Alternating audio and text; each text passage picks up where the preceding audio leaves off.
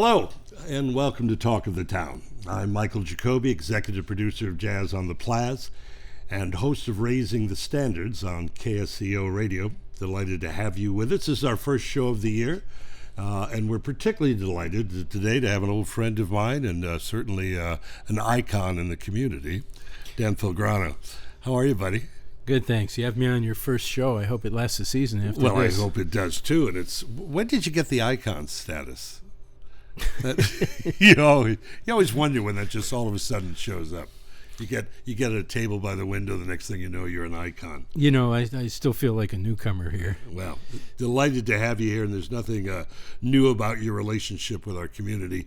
The Los Gatan, we're going to talk a little bit about that, but I want to first talk about you, University of California, Santa Cruz. Mm-hmm.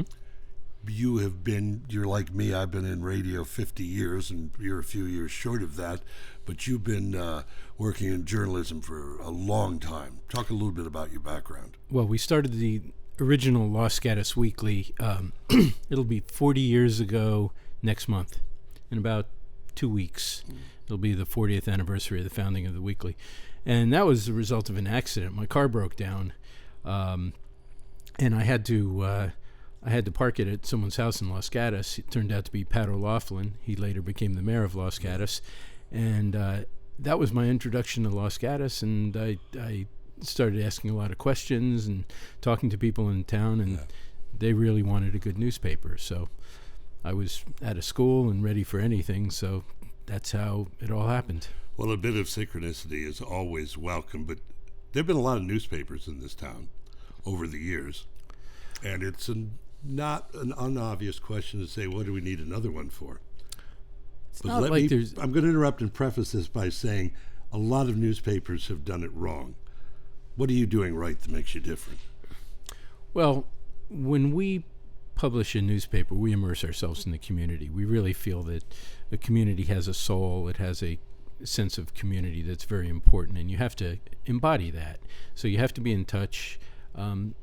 It's not easy. You can't phone it in. A lot of people think that they can do journalism remotely, but you see so many stories when you're walking or driving down the streets or bicycling around town, showing up for community events and talking to people, asking the right questions, and being available, and frankly, staffing it, hiring good journalists, and making sure that they're given the freedom and the space and the support to do their job well.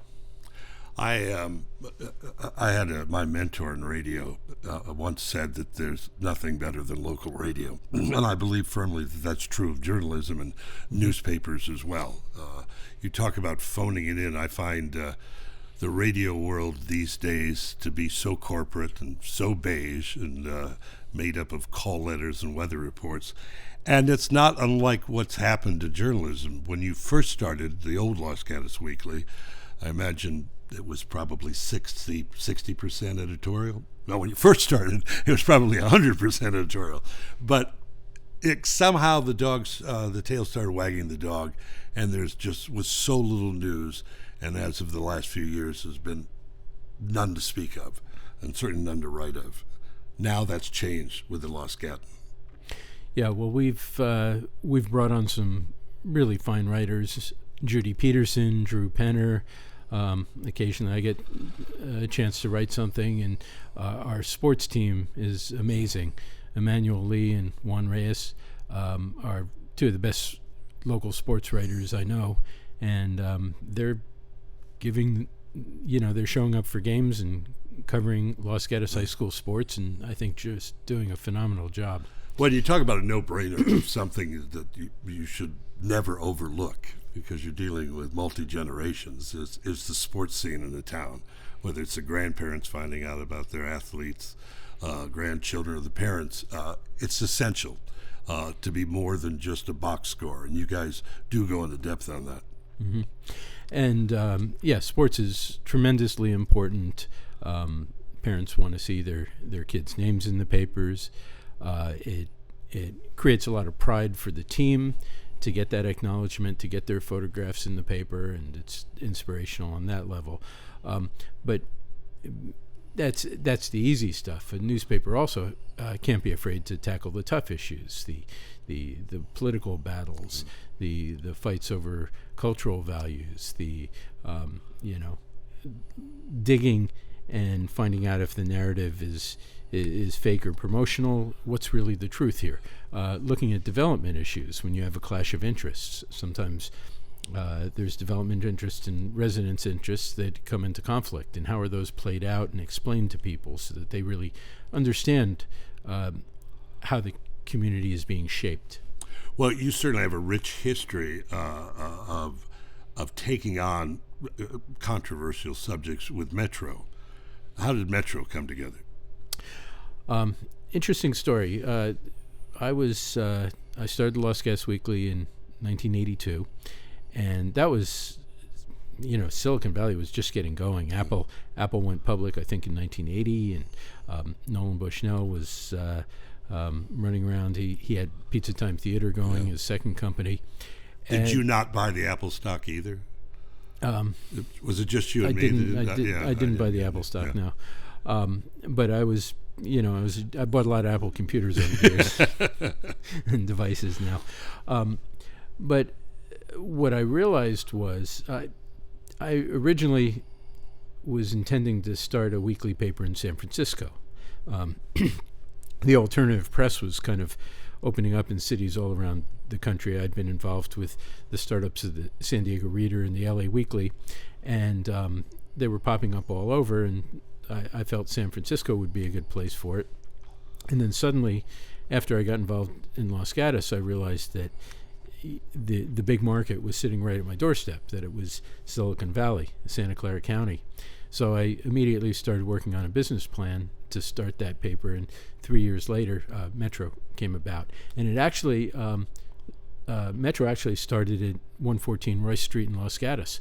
We had the Skunkworks startup team in a room of that office where we published the weekly.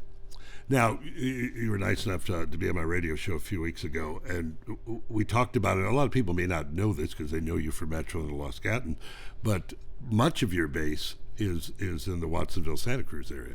Well, we have 14 publications now.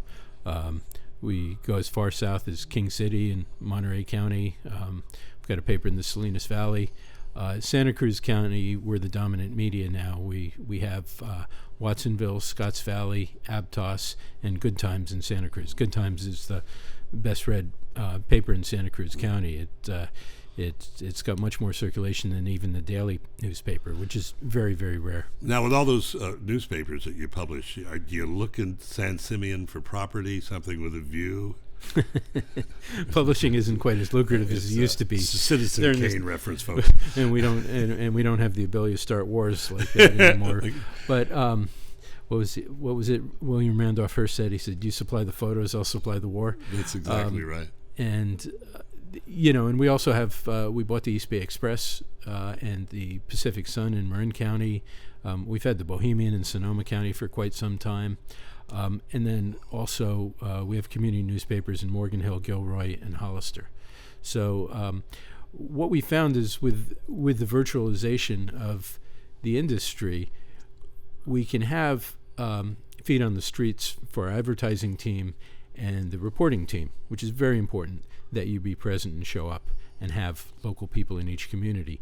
But we enjoy tremendous savings of the back office functions. The accounting department, for example. We don't need an accounting department in every city. We don't need a production department in every city.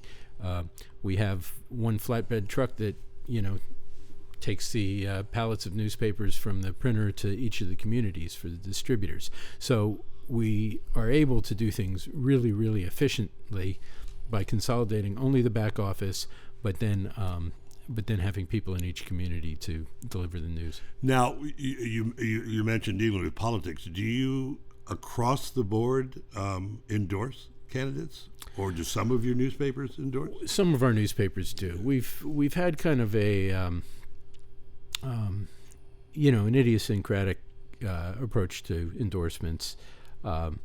Sometimes we feel it's important to endorse, and other times and a lot of times it's at the discretion of the editor of that community. So Sometimes we endorse and sometimes we don't, but we always cover the elections.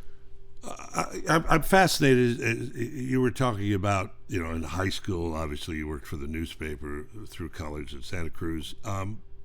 That next leap and the entrepreneur part of it, is that a function not only of talent, but of vision, but also of networking, I would think? It was interesting. My last quarter at UC Santa Cruz, they had a program for this called the Center for Innovation and Entrepreneurial. I forget the last piece of the acronym, but it was called SEED. It was run by Dr. Narendra Kapani, who passed away last year at the in his 90s. He was they called him the father of light optics. He was one of the original Silicon Valley entrepreneurs, and he ran an entrepreneurship program at UC Santa Cruz. And that was a big, it was probably the most useful course I took at Santa Cruz because it enabled me to raise investment and open a business. The one thing that they never taught me was how to exit. Yeah. Stanford teaches you how to exit and start your next business, but I forgot to do that. It becomes your child in so many ways. It's a little tough to give it up and to move on. It might have been more lucrative to exit in the in the 90s, but I stayed. I wish past. I knew then what I didn't know now. Yeah, I stayed past the sell-by date, so I'm a lifer now. Talk a little bit about the nuts and bolts that. You obviously have to wear two hats. One is a journalist, well, obviously, one is an editor and publisher, but one is a salesperson too. And to balance those things out, you look at some newspapers now, and in the old days they were all fries and car dealerships. Now there's so many realtors in it. How do you approach going out, and I own a marketing firm, so I get pitched all the time. How do you go about going after folks and saying, what we do is important to the community, so if you're part of something that's important, it makes more sense? Well, the advertising categories are cyclical. So, when I started with the San Diego Reader, the big category was waterbeds. Yeah. And, concerts and venues became important for a while, electronic stores. Whoever foresaw that cannabis was going to become an advertising category. And some of our papers do quite well with that category. Legal advertising was once a sideline. Now it's become very, very important, the public notice advertising. So there's, it's getting out there. And I think even with the loss of many categories of advertising to internet-based firms, the Craigslist and Facebooks and Googles of the world are gobbling a lot of, advertising that once went to print. But there's really no Facebook page or web page that reaches as many people in a community as the good old-fashioned way of putting a newspaper on people's doorsteps. Or in depth. Yeah, I mean, we're reaching more than 20,000 homes in Los Gatos on a regular basis, and that's the biggest audience in town. We're talking to Dan Pulcrano, who's CEO and publisher of a great many newspapers throughout the Greater Bay Area, and the Los Gatan, and we're going to talk about how you can find out more about that and about subscriptions. I'm going to take a minute to, because I've asked this as of late so many times, yes, Jazz on the Plaz is happening this summer. We're doing 8 shows. We're opening the end of June, so we're very excited about it. We're going to be paying a little tribute to the great Dave Brubeck, and we've got a terrific lineup. And here in front of God and everybody, I want to thank Dan for your involvement in helping out this important part of the community that we're so proud of. Our friend Melissa Torn and the folks at KCAT, who've always been stout supporters of jazz. And as I've often said, it may take a village to raise a child, but it takes a town to put on a jazz series. Pete Seeger once famously asked, "Where have all the flowers gone?" This time of year in our little town, one can't help but wonder, Where have all the summers gone? Has it really been 3 years since we sat together on a warm June evening to share a moment of friendship, community, and jazz? It has, and for many of us it seems like a very long time. Jazz on the Plaza returns this year with a nod to an American icon, Dave Brubeck, an innovator, an activist, a teacher, and a force in jazz like few others. What he brought to the table literally changed the genre and supplied a new rhythm to all of our lives. His quartet's recording of his friend Paul Desmond's Take 5 became the best-selling jazz single of all time. This season, we welcome his children in the form of the group the Brubeck Brothers, along with a stellar lineup featuring both familiar and new names, all renowned artists, all at the very top of their games. I really don't know what seems longer, the 17 summers we were together, or the past 2 which we've been apart. Yet thankfully, it's once again time to celebrate that which is uniquely an American art form. So masks off and smiles on. Jazz is back. And we're back. Talk of the Town. I'm Mike Jacobi. It's good to have you with us. Continue our conversation with Dan Pulcrano from the Los Gatan. How'd you come up with that name? It seems obvious, but it's kind of an interesting spelling on it. Well, that was the official term for someone who lives in Los Gatos. Really? Is a Los Gatan. It wasn't a BMW driver. No.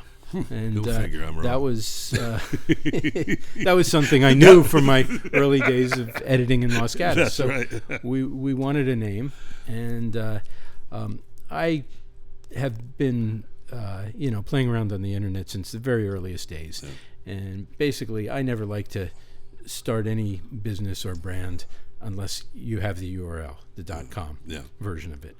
So I was looking for something that was short and would fit the bill. And available. Los Gatan was available, so we grabbed it, and there it is. The only thing about it is our Roger Black, who used to live in Los Gatos, a renowned publication designer, helped us with it and developing the logo. And he says, don't call it the Los Gatan because that's redundant. Yeah, because that's there's true. the in the Los. But everybody calls it the Los Gatan anyway, which is fine. Well, if they're calling it the Los Gatan and they're not seeing it as much as we'd like them to see it, how do we rectify that situation? Okay, so we have an interesting circulation program, which is we try and reach almost all the homes in town, but we do it on a rotating basis. So if someone is not a subscriber, they're going to be 1/3 as informed as the neighbor who is subscribing, because they're only going to get 1 out of 3 issues. So some people may think that they're getting it every week because they're seeing it in their driveway and they're it's on the coffee table at home, but they're only getting 1/3 of the issues.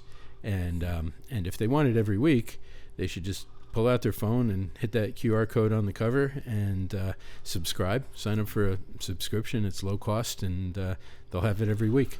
How much is it? It's I think it's $72, $72 or $75. That's crazy cheap. Yeah.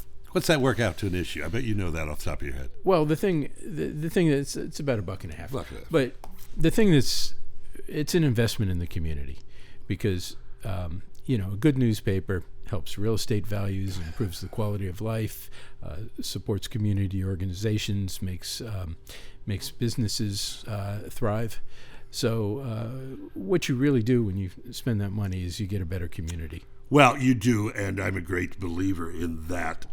However, I think as a citizen of a community, you have a right to expect quality. And it's not just about giving, it's about getting, which I firmly believe, in my case, what Jazz on the Plaza does and gives, and in your case as well. So just supporting a local newspaper that isn't supporting you, it's not the way to go.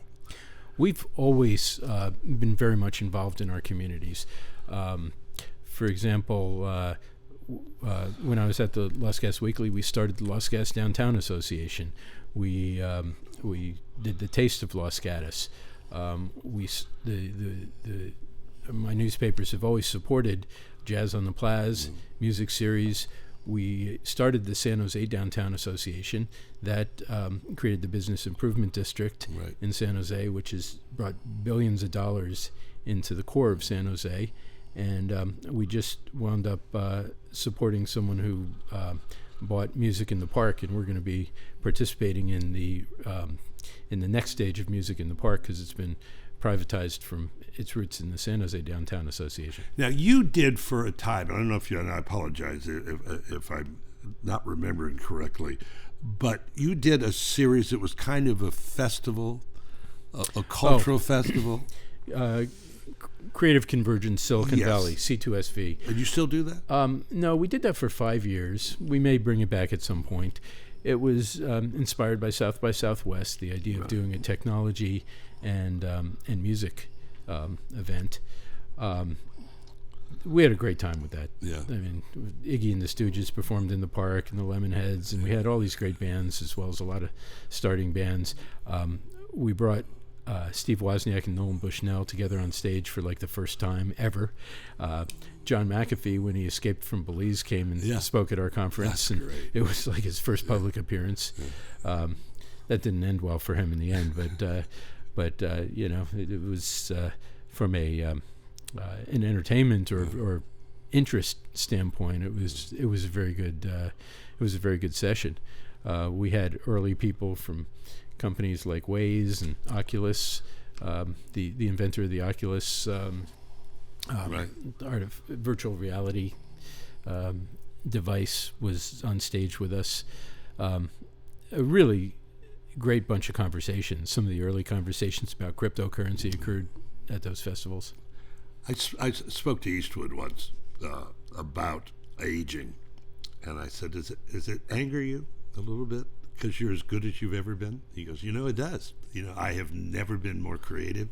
I've never directed better, but I know I'm about to get to the house on the hill soon." You're nowhere near that age, but are you astounded by how quickly this has gone by? Yeah, I mean, it seems like I just got here and rented an apartment in Los Gatos to start the paper, and it did go very quickly. But then, you know, I've met so many people and learned so much, and you know, spent so much of my life in these communities that it's really gratifying. And you know, I came in, I was the youngest guy in town. I was 23 years old, and I joined the Rotary Club, and everybody else was a couple decades older than me. And now everybody looks at me like I'm the old guy. So it's funny how the title "the youngest guy in town" is like glory and ever fleeting. It does disappear. But I feel like I have a burst of creativity. We're starting so many things right now. We've got businesses that we're starting. We're opening a coffee shop because we think that coffee goes very well with newspapers.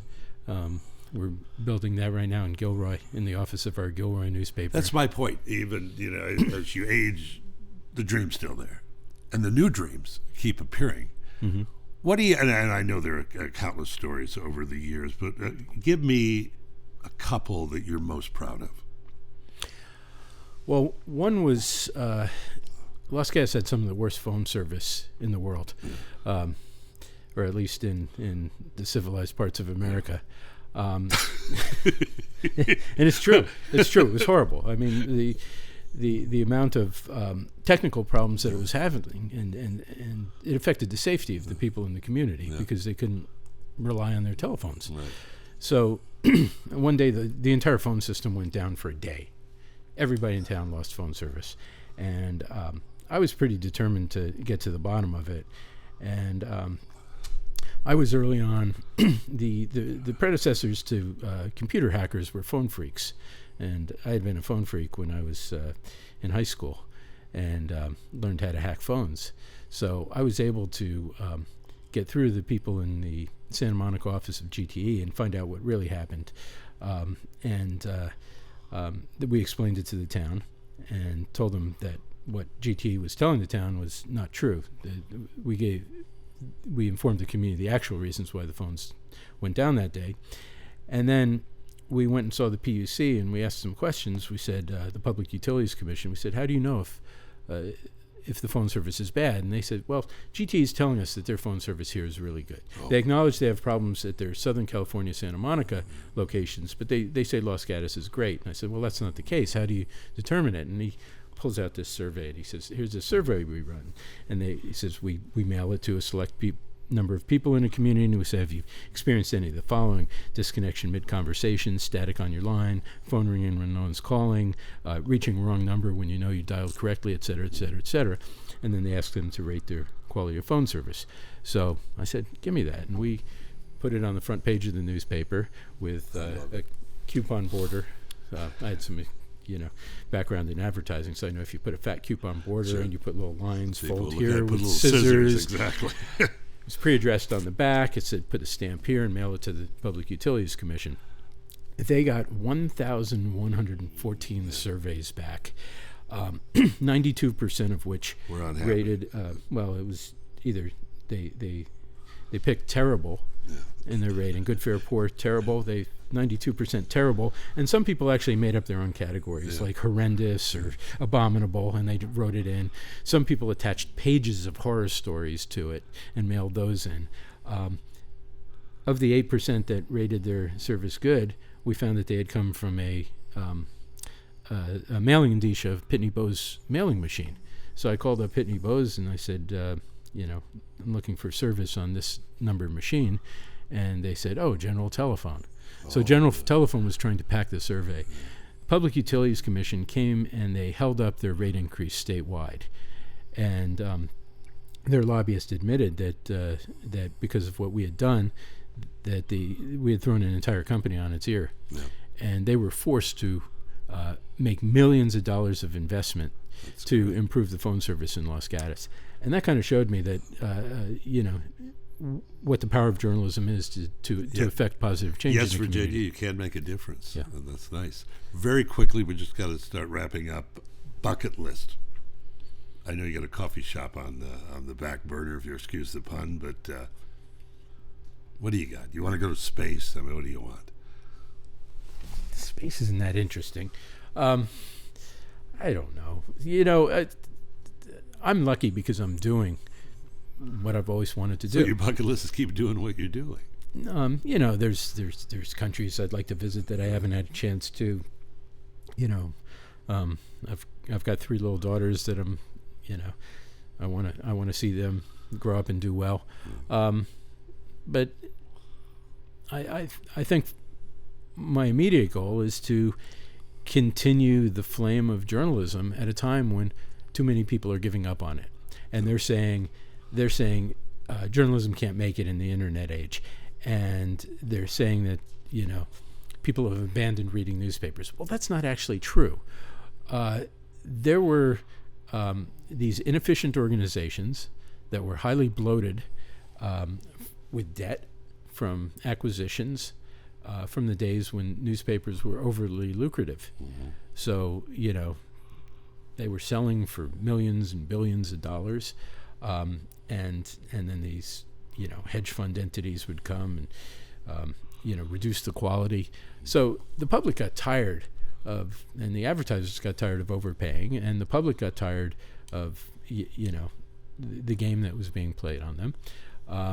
And so when an alternative came around, bam, they shrunk. Well, so the press isn't as bloated as it is. We don't have, but there's a lot of stuff we didn't need. We didn't need those stock tables and sports scores and classified ads and other stuff.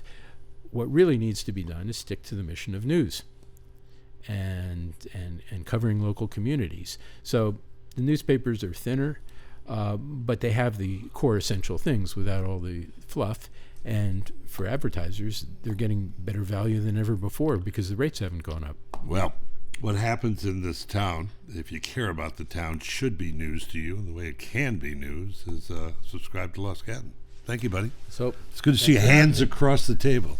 It's a long stretch. Dan Pulcrano, good to see you, my friend. That's Talk of the Town, folks. Delighted to be back. We're going to do a few shows this year. Maybe not a full season, but we're going to do some interesting shows. So keep an eye out for us, and I'm Sure, Dan will tell you when his will be on in the Los Gatan. Till next time, I'm Jacobi. I'll see you soon.